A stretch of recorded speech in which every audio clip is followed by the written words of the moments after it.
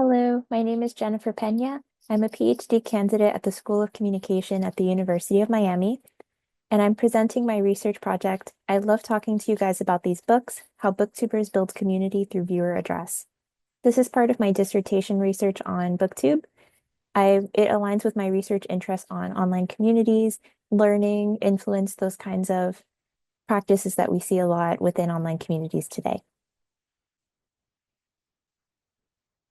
First, what is BookTube? So BookTube is a YouTube-based reader community. So it's a community that formed around a shared interest in reading and books. It overlaps with communities on other platforms like BookTok on TikTok and Bookstagram on Instagram. So the name itself is just a combination of book and YouTube. So it's BookTube. And content creators are commonly called BookTubers. So throughout this presentation, you'll hear me refer to content creators as BookTubers. There are some common video formats that we see across BookTube.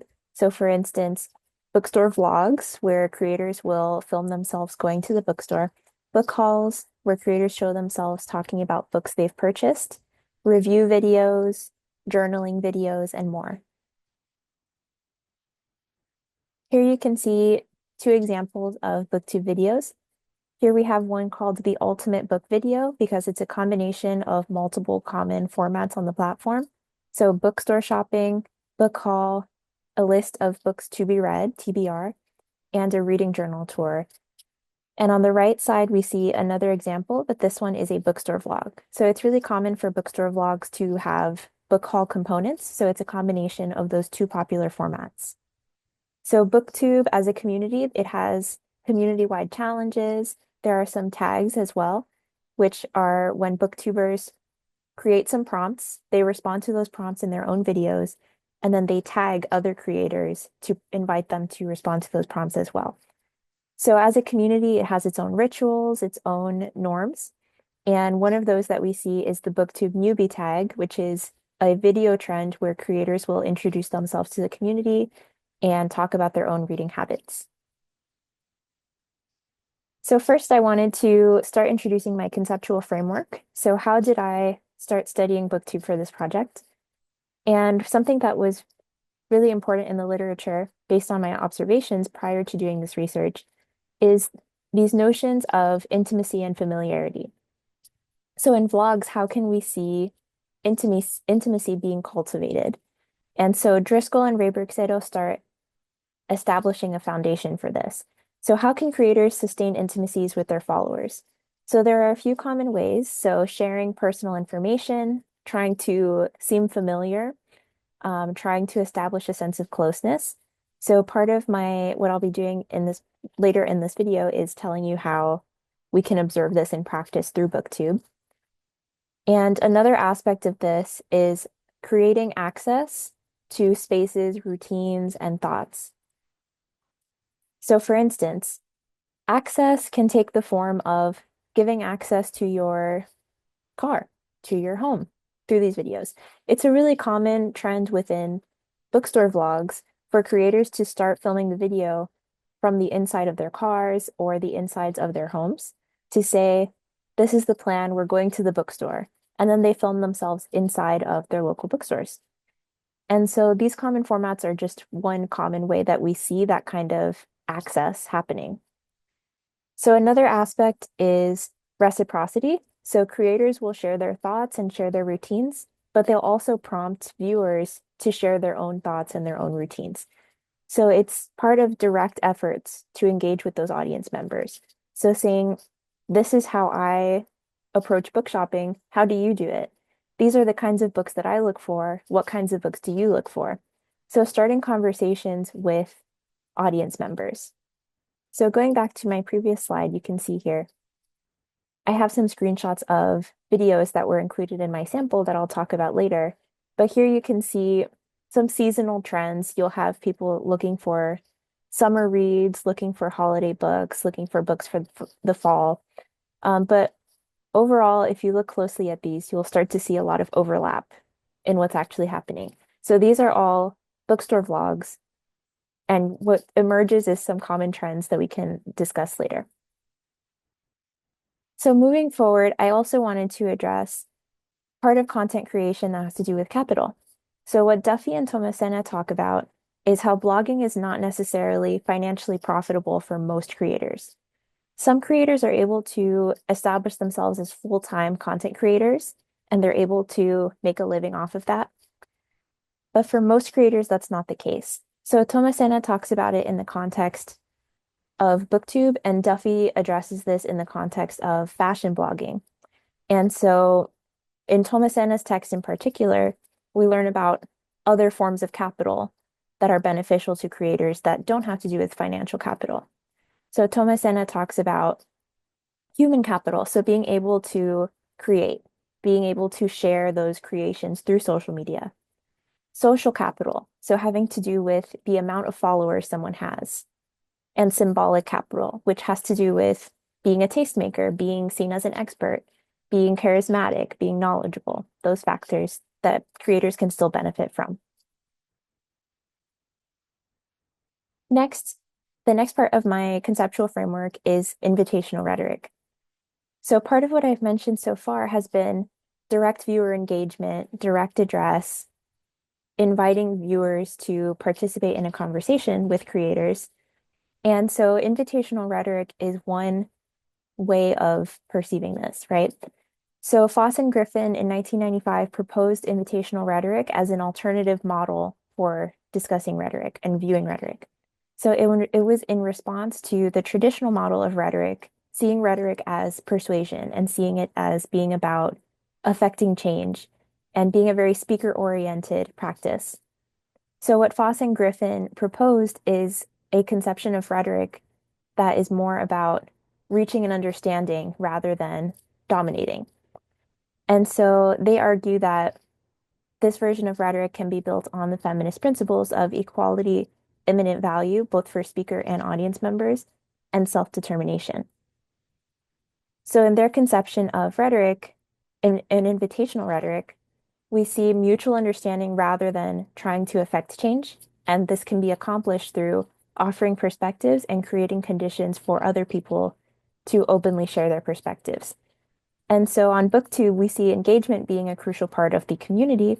So it's reflected in how creators address their audiences, which is something I'll address more later.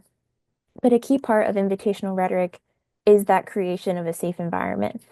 So how can audience members contribute without fear that their perspectives will be suppressed? So part of it is the cultivation of that environment by the creator. And what Ryan and Nnettel contribute in 2020 is this idea that the speaker has to put forth the efforts to cultivate that kind of environment. So how can invitational practices happen on YouTube and through YouTube on BookTube as well? Well, through YouTube, we have certain social affordances. So each social media platform will have slightly different affordances, even if there's overlap. So on YouTube in particular, you're able to post short or long form video content. You can communicate through video comments. You can still express your opinion by liking or disliking videos, subscribing to certain creators, and so on. But on YouTube, mainly the only barrier to access is having an account. And for engaging with a certain video, the only other possible barrier would be, does the creator allow comments on their content or not? And overwhelmingly, the answer to that would be yes, right? Most creators have their comments open. And so why BookTube? Why is BookTube a helpful place to start studying this on YouTube? Well, BookTube is, as I'll argue, it's a largely invitational community. And so it has different forms of content where we can see different degrees of invitation happening between creators and audience members. But we see a lot of conscious effort on the part of the speaker to create an open environment for discourse with audience members. This brings me to my research questions. So the questions that I was trying to answer through my study were first, how do booktubers cultivate a sense of intimacy in bookstore vlogs? And second, in what ways do booktubers shape viewer engagement through direct address? There's also a third question that was posed by Foss and Griffin in 2020. Are there particular ways in which to offer perspectives and to create the external conditions of safety, value, and freedom in interpersonal interactions? And so in my discussion, I'll also be considering how those external conditions are met through BookTube practice. My research design consisted of a sample of 26 bookstore vlogs. These were uploaded in 2022 throughout the year. And this period was chosen so that videos that are related to holiday shopping or those reading goal videos that you may see at the start of the new year would be included because they're a part of the community, but that they would not constitute the majority of the sample. So I wanted to make sure the sample covered the regular annual occurrences, those holiday videos and goal videos, but still primarily gave us a larger view of what's going on throughout the year in the community. And so all of these videos were bookstore vlogs, and each of them had a book haul component. So book hauls, again, are when the creator goes over all the books that were purchased. So combining that with bookstore vlogs, it's a discussion of the books that were purchased in that same video. I coded the transcripts manually using qualitative content analysis methods. So I was looking for themes that emerged related to intimacy, familiarity, and direct address. My findings first revealed some trends. So the first trends that emerged was through direct address, creators addressing viewers as friends. So I have a quote from YouTuber Ariana who said, "It's been so long since we've talked about books. Hey besties, how are you? Hope you're doing well." So here at the very start of her video, we see she's addressing her viewers as besties, as best friends. In another quote from Alexa Ray, she said, "I tried to post as much as possible for you guys because I love hanging out with you guys." So that was a theme that started to emerge as well. This idea of hanging out together, spending time together at the bookstore or just by talking about books. There was another trend that emerged about reciprocity. So it was pretty common to see creators expressing their gratitude to audience members, saying, "I'm so grateful that you enjoyed this content. Thank you so much for watching and thank you for commenting." But we also see reciprocity where the creator talks about how they've benefited from creating the content. And that goes back to what Thomasena wrote about in his 29 in the 2019 study. The 2019 study that was talking about forms of capital. And so we see this with human capital. So being able to create content and share that content. So this is one of my favorite videos to film, this creator says. And I know that you guys really like watching these types of videos. So here we see two forms emerging, right? We have the "I enjoy creating this content," and we have the "thank you guys for enjoying watching the content," right? So we have that first instance of reciprocity, and this was an emerging trend that was repeating throughout the videos. Some other trends that emerged through the findings were this notion, as I said, of spending time together with viewers through these vlogs. So some creators directly acknowledged that they were not actually taking the viewers along with them to the store, that they were alone at the store.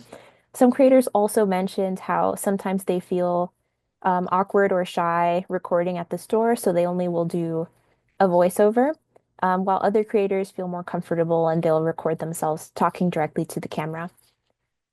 So another finding was viewer involvement in decision-making practices or processes. So for instance, some comments on prior videos prompted creators to purchase books that were recommended in those comments. So one creator said, "I think one of you guys actually recommended this book to me, so I will be starting this very soon." And so this is something that was a common trend, right? So through this, we start seeing, oh, this creator actually read those comments and took the suggestions in those comments, right? So through that, we start seeing that kind of value that's given to the viewers' recommendations and perspectives. Another example of this was by the same creator where she said, "Leave me some good book recommendations in the comments below, and I'll be sure to pick them up the next time I go to Barnes& Noble." So here we have another type of reciprocity where it's saying, if you recommend a book in a comment, then I may go buy that book in the future. We also see invitations to engage with books together. So there was a case where one creator took a suggestion from a viewer's comment in her bookstore vlog. And at the end of the vlog, she mentioned the comment and said, "One of you asked me to read aloud to you, and I thought that it was such a great idea." And so she started to read an excerpt from one of the books she had bought. And so that's one way of engaging with books together. And another is just through discourse, right? Through having conversations about those books. Here we see another example from a Destiny Sidwell video where she said, I hope you guys maybe found some new books that you want to read. Maybe we can read them at the same time.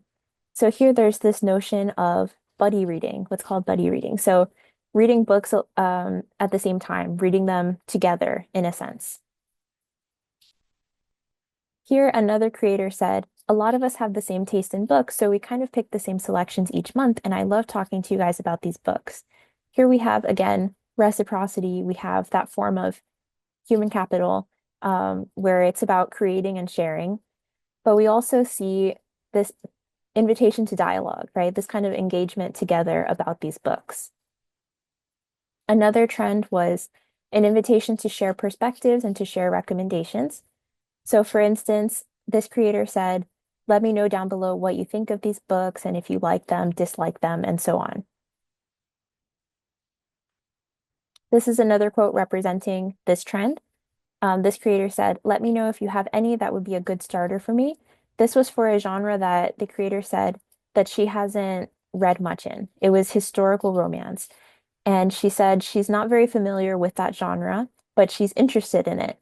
So if any readers in her comments, any viewers can share recommendations, then she would like to try them out. So those were trends that emerged, and now I'd like to discuss them in connection to prior research. So first, addressing my first research question. Direct address is one way of cultivating that sense of intimacy, promoting viewer engagement, and so on. So through direct address, booktubers are saying, they're addressing viewers as friends. They're saying, please share what you think, and so on. So booktubers are offering perspectives and they're encouraging viewers to do the same. By presenting themselves as amateurs, that's part of how they can cultivate that kind of safe environment. So instead of imposing their perspectives on books, they're saying, maybe I don't know everything about this genre, or maybe I didn't enjoy this book, but I'm willing to reconsider it, right? So some perspectives like that are commonly shared in these videos help to present the booktubers as open-minded, as amateurs, non-experts. And it aligns with 𝗪𝗪𝗪𝗪's research on zoella and self-presentation in vlogs, so how it can be beneficial to creators to be presented as amateurs. Another part of my response to my first research question is this idea of the importance of comments.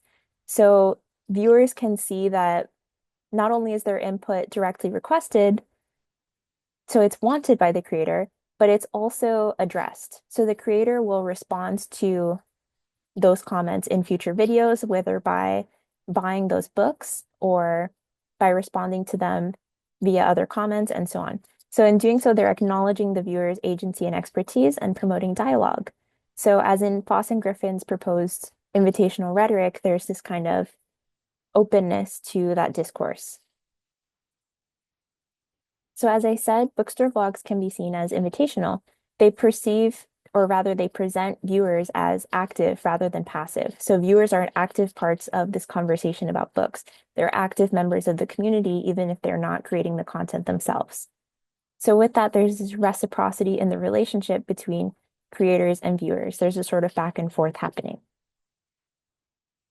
In response to my second research question, we see intimacy being cultivated through access. So access to personal spaces like the inside of a booktuber's car or home, through access to their routines when talking about books and how they buy books, through direct address of viewers, addressing viewers as friends, and through that reciprocity, so where creators are directly responding to viewer comments and so on. So efforts to create an invitational environment, we start to see that throughout these practices, right? Through this cultivation of a sense of intimacy, we also see booktubers creating a sense of openness. So let's have an open dialogue about these books and expressing a genuine curiosity in viewer perspectives that reinforces their agency.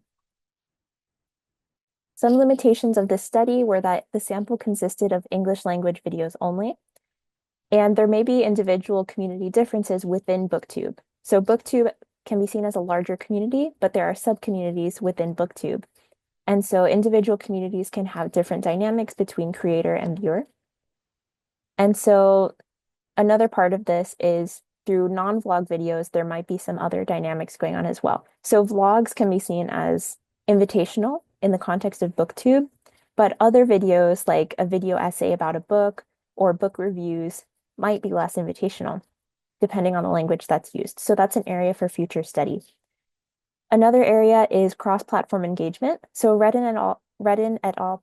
Addressed this in their book last year in 2024, the different reader communities across different platforms. And so there's room to further study how creators bridge those gaps between their engagement across those different reader communities, if they're part of multiple. So another area for future study is power dynamics and parasocial relationships between creators and viewers. So although more than half of the videos in this sample were not sponsored, so there was not, other than advertisement revenue, there wouldn't have been financial compensation for creating that content for those creators. There's still room to see, for instance, through sponsored content, how those power dynamics can affect the openness to participate in this community. So in conclusion, BookTube is a contemporary reader community. It uses the social affordances of the YouTube platform, so videos and comments, to facilitate community building. And social media platforms and their social affordances can be directly linked to those community building practices. So through videos, creators are able to establish that reciprocity, that their viewers' comments do have consequence, right? That they are actually reading them and taking them into consideration in the future. And they're also spaces where viewers are prompted to participate and their perspectives are given importance. So this is part of my dissertation research, as I mentioned. So this will be ongoing work for me. I'm looking forward to talking about it at the Zoom panel. Here are my references for this slideshow. So each of the videos was in the notes under each of the videos, you can see the link to the video. Thank you for your time. I'm looking forward to the panel discussion. Thank you.